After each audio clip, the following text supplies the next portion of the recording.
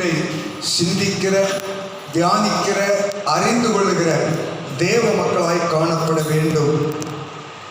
என்னவென்றால், இந்த உலகத்தில் என்ன சம்பவித்துக் கொண்டிருந்தாலும் ஆண்டவராகிய தேவனுடைய வார்த்தை மாத்திரம் ஒரு நாளும் மாறாதது, அது ஒரு நாளும் ஒழியாதது என்பதை தேவ மக்கள் எல்லாரும் நாம் அறிந்து கொள்ளுகிறவர்களாய் காணப்பட வேண்டும்.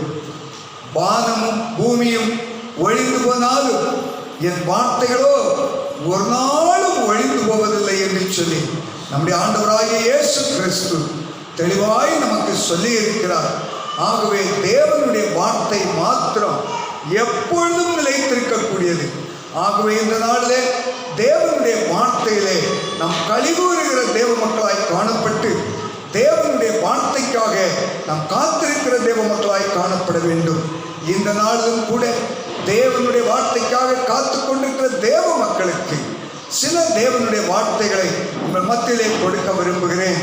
என்னவென்றால், இந்த நாளிலே நாம் ஆராதித்துக் கொண்டிருக்கிற தேவனாகிய கர்த்தர் ஆண்டவராகிய இயேசு கிறிஸ்து சீக்கிரமாய் வரப்போகிறார். அவருடைய வருகையை நாளை ஆவலோடு எதிர்பார்த்து கொண்டிருக்கிற நாம் எப்படி இருக்க வேண்டும், என்ன செய்ய வேண்டும் என்பதை குறித்து வேதத்திலிருந்து சில வசனங்களை நாம் தியானித்து கடந்து செல்லலாம். ஒருவேளை இந்த நாளிலே அந்த தேவனுடைய வார்த்தைகள் நமக்கு ஒரு விதமாக நம்மை எச்சரிக்கக்கூடிய தேவனுடைய வார்த்தைகளாய் கூட காணப்படலாம். இந்த நேரத்தில் வேதத்திலிருந்து லூக்கா எழுதின சுவிசேஷத்தில் 16ஆம் அதிகாரத்தில் 19ஆம் வசனத்திலிருந்து சில வசனங்களை நாம் படிக்கும்போது அங்கே சில காரியங்களை நாம் பார்க்கிறோம். தேவனுடைய ராஜ்யத்தை சுதந்திரித்துக் கொள்கிறவர்கள் யார் என்பதை குறித்து இந்த பகுதியிலே நாம் சில காரியங்களை பார்க்கிறோம். அதை மாத்திரம் சுருக்கமாய் சில வசனங்களை நாம் பார்த்து சீக்கிரமாய் கடந்து செல்வோம். நம்முடைய வாழ்க்கையும் அபிதமாய் ஆண்டவருடைய கரத்திலே அர்ப்பணித்து தேவனுடைய ராஜ்யத்தை சுதந்திரித்துக் கொள்ள நாம் ஆயத்தப்படுகிற தேவ மக்களாய் காணப்பட வேண்டும். லூக்கா எழுதின சுவிசேஷம் 16ஆம் அதிகாரம் 19ஆம் வசனத்திலிருந்து சில வசனங்களை படிக்கலாம். ஐஸ்வர்யமுள்ள ஒரு மனுஷன் இருந்தான். அவன் இரத்தாம்பரமும் விலையேற பெற்ற வஸ்திரமும் தரித்து அனுதினமும் சம்பிரமமாய் வாழ்ந்து கொண்டிருந்தான். லாசர் என்னும் பெயர் கொண்ட ஒரு தரித்திரனும் இருந்தான். அவன் பருக்கம் நிறைந்தவனாய் அந்த ஐஸ்வர்யவானுடைய வாசலருகே கிடந்து அவனுடைய மேஜையிலிருந்து விழும் துணிக்கைகளாலே தன் பசியை ஆற்ற ஆசையாயிருந்தான். நக்கிற்று, நாய்கள் வந்து அவன் பற்களை நக்கிற்று. பின்பு அந்த தரித்திரன் மரித்து தேவ தூதரால் ஆபிரகாமுடைய மடியிலே கொண்டு போய் விடப்பட்டான். ஐஸ்வர்யவானும் மரித்து அடக்கம் பண்ணப்பட்டான். அல்லேலூயா. கவனமாய் சில வார்த்தைகளை கவனிப்போம். இந்த பகுதியிலே நாம் என்ன படிக்கிறோம்? பின்பு அந்த தரித்திரன் மரித்து தேவ தூதரால் ஆபிரகாமுடைய மடியிலே கொண்டு போய் விடப்பட்டான். ஐஸ்வர்யவானும் மரித்து அடக்கம் பண்ணப்பட்டான் என்று சொல்லி பார்ப்போம். இந்த பகுதியிலே நாம் எதை அறிந்து கொள்கிறோம் என்று சொன்னால், ஒரு மரணம் நமக்கு முன்பாக இருக்கிறது என்பதை அறிந்து கொள்கிற தேவ மக்களாய் காணப்பட வேண்டும். இந்த உலகத்திலே சிருஷ்டிக்கப்பட்ட சகல மனுஷருக்கும் ஒரு முடிவு உண்டு. அது 2 விதமான அனுபவம்.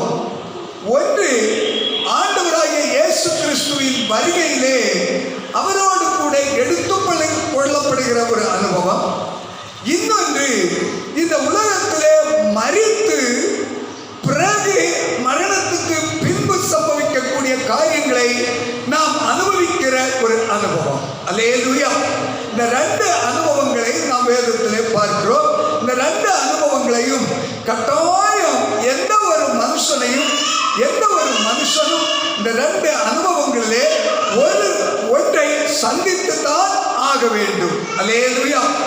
இந்த 2 அனுபவங்களிலே ஒன்றை எந்த ஒரு மனுஷனும் சந்தித்துத்தான் ஆக வேண்டும். அதுவே இந்த நாளிலே மரணத்தை சந்திக்கிற ஒரு அனுபவத்தை தான் இந்த இடத்திலே நாம் பார்க்கிறோம். அது யாருக்கு மரணம், யார் மரிக்கிறது என்று சொன்னால் எல்லா மனுஷருமே மரிக்கிறார்கள். அதில் இங்கே 2 அனுபவம் உள்ள மனுஷர்களை குறித்து, 2 தரப்பட்ட மனுஷர்களை குறித்து இந்த இடத்திலே நாம் பார்க்கிறோம். என்னவென்றால், ஒன்று ஐஸ்வர்யம் உள்ள ஒரு மனுஷன், இன்னொன்று தரித்திரமான ஒரு மனுஷன். ஐஸ்வர்யம் உள்ள மனுஷன் எப்படி இருந்தானா, அவன் இரத்தாம்பரம் தரித்து விலையேற பெற்ற வஸ்திரங்களை தரித்து சம்பூர்ணமாய் வாழ்ந்து சுகமுகமாய் வாழ்ந்து கொண்டிருந்த ஒரு மனுஷன். அவனுக்கு எந்த காரியத்தை குறித்தும் கவலை இல்லை, யாரை பற்றியும் அக்கறை இல்லை. தன்னை குறித்து, தன்னுடைய ஐஸ்வர்யத்தை குறித்து, தன்னுடைய மேன்மை குறித்து, தன்னுடைய உயர்வை குறித்து, தன்னுடைய பெருமையை குறித்து, அந்த ஒரே நோக்கத்துக்காக வாழ்ந்து கொண்டிருந்த ஒரு மனுஷன். அவன் எப்படி இருக்கிறான்? அவன் சம்பூர்ணமாய் வாழ்ந்து கொண்டிருக்கிறானா? அவனை குறித்து என்ன சொல்லுகிறது? இரத்தாம்பரம் தரித்து விலையேறப்பட்ட வஸ்திரத்தை தரித்து வாழ்ந்து கொண்டிருக்கிற மனுஷன். அப்படியானால் இந்த நாட்களிலே அருமையானவர்களே, இந்த உலகத்திலே 2 தரப்பட்ட மனுஷர்கள் இருக்கிறார்கள். அவர்கள் விலையேறப்பட்ட வஸ்திரத்தை தரித்து ஆயிரக்கணக்காய் லட்சக்கணக்கான விலை பெறக்கூடிய மதிப்புள்ள வஸ்திரங்களை தரித்து இரத்தாம்பரங்களை அணிந்து கொண்டு, ஆம் இரத்தாம்பரங்களிலே அப்படியானால் சிவப்பு கம்பளங்கள், இன்னும் விலையேறப்பட்ட ரத்தின கற்கள் நிறைந்த பாதைகளிலே நடக்கக்கூடிய, விலையேறப்பட்ட பாதையிலே நடக்கக்கூடிய மனுஷர்கள் என்று சொல்லி பார்க்கிறோம். இப்படிப்பட்ட ஏராளமான மனுஷர்கள் இந்த உலகத்திலே வாழ்ந்து கொண்டிருக்கிறார்கள். அவர்களுக்கு இந்த உலகத்திலே ஏழை மக்களை குறித்தோ, தரித்திரர்களை குறித்தோ, கஷ்டப்படுகிற மக்களை குறித்தோ, பாமர மக்களை குறித்தோ, அவர்களுடைய நிலைமைகளை குறித்தோ, அவர்களுடைய பிற்காலங்கள் எப்படி இருக்கும் என்பதை குறித்தோ, அவர்கள் என்ன செய்வார்கள் என்பதை குறித்தோ அக்கறையற்றவர்களாக, ஆம் அப்படிப்பட்ட சிந்தை இல்லாதவர்களாக, அவர்களை குறித்த ஒரு சிந்தை கூட இல்லாதவர்களாக சுகபோகமாய் வாழ்ந்து கொண்டிருக்கிற ஒரு கூட்ட மக்கள். ஆனால் இந்த தரித்திரனை குறித்து சொல்லும்போது என்ன சொல்லுகிறார் தெரியுமா? அந்த தரித்திரன் ஐஸ்வர்யவானுடைய வாசல் அருகே கிடந்து அவனுடைய மேஜையிலிருந்து விழும் துணிக்கைகளாலே தன் பசியை ஆற்ற ஆசையாயிருந்தான் என்று சொல்லி பார்க்கிறோம். அல்லேலூயா, அல்லேலூயா. அவனுடைய மேஜையிலிருந்து, அந்த ஐஸ்வர்யவானுடைய வாசல் அருகே கிடந்து அவனுடைய மேஜையிலிருந்து விழும் துணிக்கைகளாலே தன் பசியை ஆற்ற ஆசையாயிருந்தார். அப்படியானால் அருமையானவர்களே, இந்த நாட்கள் தேவ ஜனங்கள் மட்டுமல்ல, உலகத்தில் உள்ள எவ்வளவோ மக்கள், நம்முடைய தமிழ்நாட்டிலே, நம்முடைய இந்திய தேசத்திலே, அகில உலகத்திலும் எவ்வளவோ மக்கள் இன்றைக்கு பசியினாலே, பட்டினியினாலே, அந்த ஐஸ்வர்யவானுடைய வாசல் அருகே கிடந்து, ஐஸ்வர்யவானுடைய வாசல் அருகே கிடக்கிறது போல. அப்படியானால் எப்பொழுது எங்களுக்கு யார் என்ன உதவி செய்வார்கள்? யாராவது எங்களுக்கு உதவி செய்வார்களா?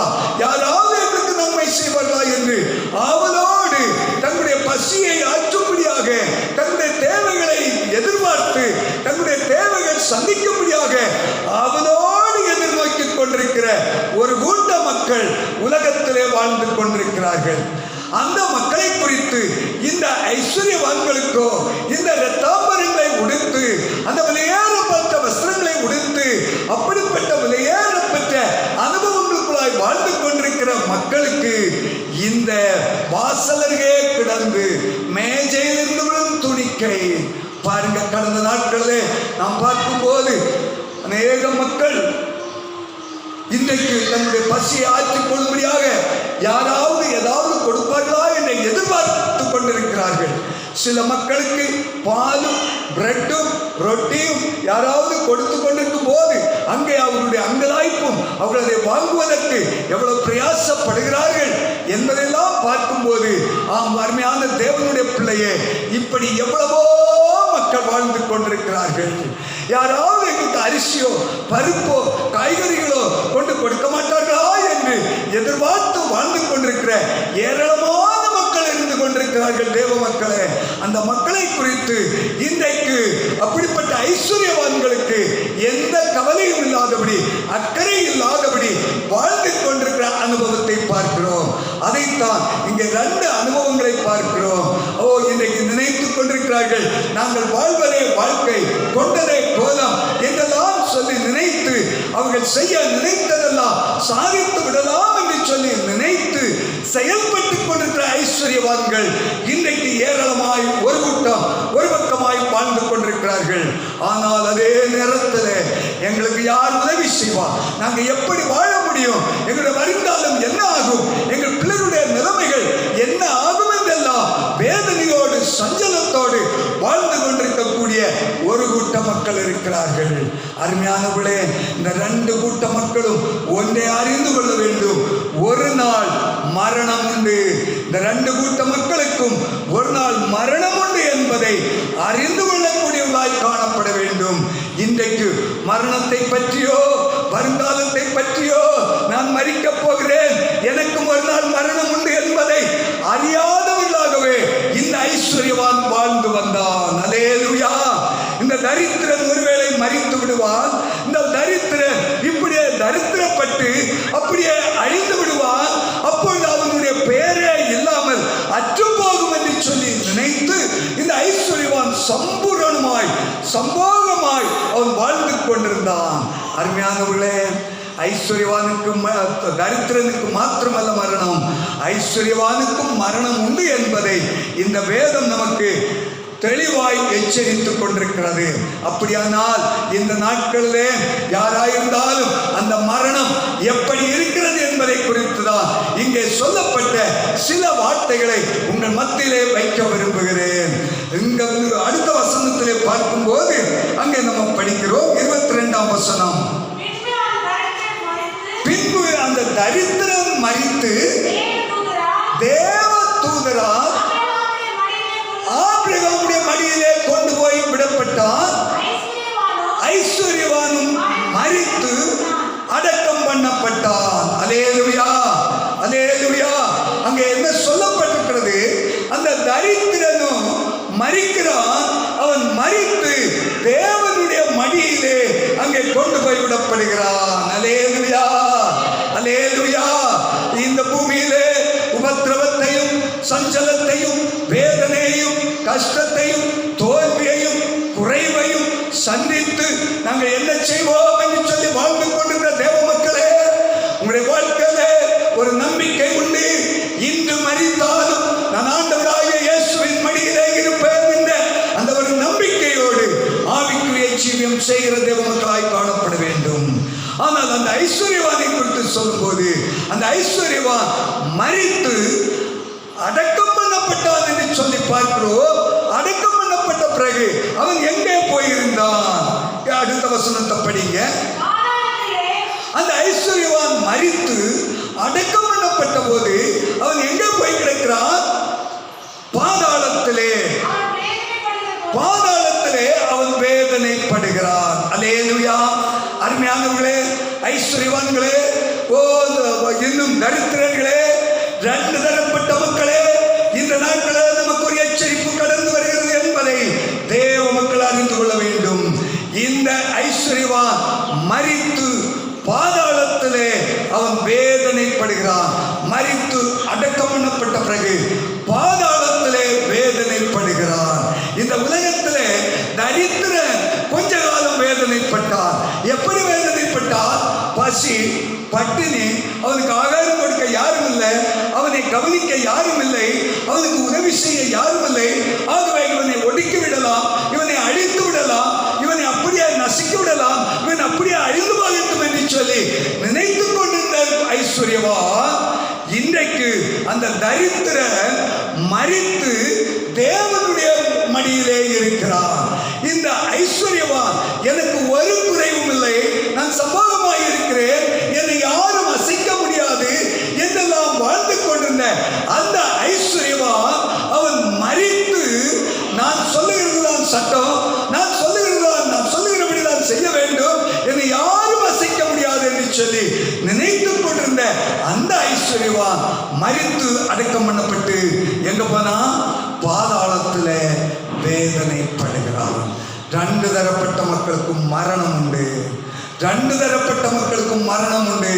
யாரும் மரிக்காமல் நான் இருந்து விடுவேன், நான் கோடி காலமாய் வாழ்ந்து விடுவேன் என்று சொல்லி ஒருவரும் நினைக்க முடியாது.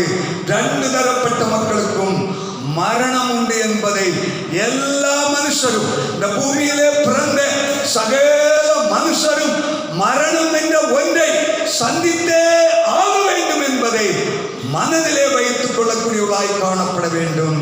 இந்த ஐஸ்வர்யவான் மரித்து பாதாளத்திலே வேதனைப்படுகிறான்.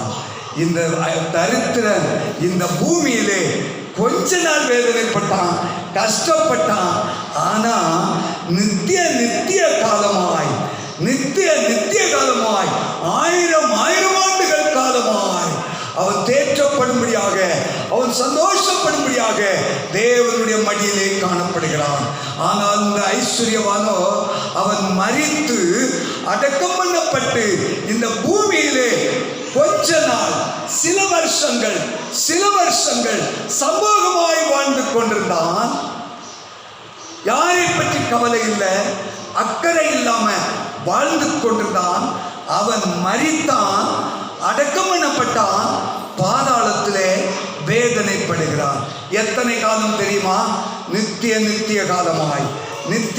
காலமாய் அந்த பாதாளத்திலிருந்து மேலே ஏறி வரவே முடியாது, விடுதலை பெறவே முடியாது. ஏனென்றால் அதை இந்த ஐஸ்வர்யவானுடைய அனுபவத்திலிருந்து கீழே நம்ம படிக்கிறோம். எடுத்து படிக்க பார்க்கலாம். அந்த ஐஸ்வர்யவானும் மரித்து அடக்கம் பண்ணப்பட்டான். பாதாளத்திலே அவன் வேதனைப்படுகிற போது தன் கண்களை ஏறெடுத்து தூரத்திலே ஆபிரகாமையும் அவன் மடியிலே லாசருவையும் கண்டான். அல்லேலூயா. பாருங்க, அவன் என்ன செய்யறான் தெரியுமா? அந்த லாசரு அப்படிப்பட்ட தரித்திரன் அவன் இந்த உலகத்திலே வாழ்ந்த போது இந்த ஐஸ்வர்யவானுடைய வீட்டின் வாசல் படியிலே, அல்லேலூயா, தூரத்திலே அல்ல, எங்கேயோ அல்ல, இந்த ஐஸ்வர்யவானுடைய வீட்டு வாசல் படியிலேயே அவன் படுத்து கிடந்து அவனுடைய மேஜையிலிருந்து விழும் துணிக்கை ஏதாயிலும் கிடைக்குமா என்று சொல்லி அவனோடு காத்து கொண்டிருந்தான். அவனுக்கு பக்கத்துல இருந்தான், ஐஸ்வர்யவானுக்கு பக்கத்துல இருந்தான். அப்பொழுது இந்த லாசருவை, இந்த தரித்திரனை அவனுடைய கண்கள் காணவில்லை. இந்த ஐஸ்வர்யவானுடைய பக்கத்துல அவன் இருந்தபோது அவனுடைய கண்கள் காணவில்லை, அவன் கவனிக்கவில்லை, அவனை அக்கறை எடுக்கவில்லை, அவனை ஏறிட்டு பார்க்கவில்லை. ஆனால் இப்பொழுது பாருங்க, இவன் ஐஸ்வர்யவான் மரித்து அடக்கம் பண்ணப்பட்டு பாதாளத்திலே கிடக்கும் போது என்ன செய்யறான்? அங்கே கண்களை ஏறெடுத்து தூரத்திலே ஆபிரகாமையும் அவன் மடியிலே லாசருவையும் கண்டான். எங்க பார்க்கிறான்? இப்போ லாசரு இப்ப எங்க இருக்கிறான்? பக்கத்துல இல்ல, அவனுக்கு பக்கத்துல இல்ல, அவனுடைய வீட்டு பக்கத்துல இல்ல, அவன் இருக்கிற பாதாளத்துக்கு பக்கத்துல இல்ல. அல்லேலூயா. அருமையான தேவனுடைய பிள்ளைகளே, இந்த தரித்திரனாகிய லாசரு இப்பொழுது இந்த ஐஸ்வர்யவானுடைய வீட்டு பக்கத்துல அல்ல, அல்லது ஐஸ்வர்யவான் இப்பொழுது இருக்கக்கூடிய இடமாகிய பாதாளத்துக்கு பக்கத்திலே இல்லை, அந்த பாதாளத்திலிருந்து தூரத்திலே இருக்கிறான். அந்த தூரம் என்ன தெரியுமா? இவன் பாதாளத்துக்குள்ளே கிடக்கிறான், அவன் அங்க மேலே கண்களை என்ன செய்யறான்? ஏறெடுத்து பார்க்கிறான். அப்ப மேலே இருக்கிறான் அந்த தரித்திரன், அந்த லாசரு மேலே ஆபிரகாமுடைய மடியிலே தேற்றப்பட்டு கொண்டிருக்கிறான். சந்தோஷமாய் இருக்கிறான். சந்தோஷமாய் இருக்கிறத யார் பார்க்கிறது தெரியுமா? இப்பதான் அந்த ஐஸ்வர்யவான் பார்க்கிறான். இப்பதான் அந்த ஐஸ்வர்யவான் பார்க்கிறான் தேவ மக்களை. ஆகவே அந்த ஐஸ்வர்யவான் பார்த்து இப்பொழுது அங்கே பாதாளத்தில் கிடந்து வேதனைப்பட்டு அவன் என்ன சொல்றான் தெரியுமா? 24ஆம் வசனத்தை படிங்க. அப்பொழுது அவன், தகப்பனாய ஆபிரகாமே, நீர் எனக்கு இறங்கி லாசரு தன் விரலின் நுனியை தண்ணீரில் தோய்த்து என் நாவை குளிர பண்ணும்படி அவனை அனுப்ப வேண்டும். இந்த அக்கினி ஜுவாலையில் வேதனைப்படுகிறேனே என்றான். அல்லேலூயா, அல்லேலூயா. அருமையான தேவனுடைய பிள்ளைகளே, என்னை கேட்டுக்கொண்டிருக்கிறவர்களே, தேவனுடைய வார்த்தையை கேட்டுக்கொண்டிருக்கிற தேவ ஜனமே, இந்த ஐஸ்வர்யவான் என்ன செய்கிறான் தெரியுமா? பாதாளத்திலே வேதனைப்படுகிறது மட்டுமல்ல, அக்கினி ஜுவாலையிலே கிடந்து அவன் தத்தளித்துக் கொண்டிருக்கிறான். ஐயோ ஐயோ ஐயோ ஐயோ என்று சொல்லி அவன் கதறிக் கொண்டிருக்கிறான். அவன்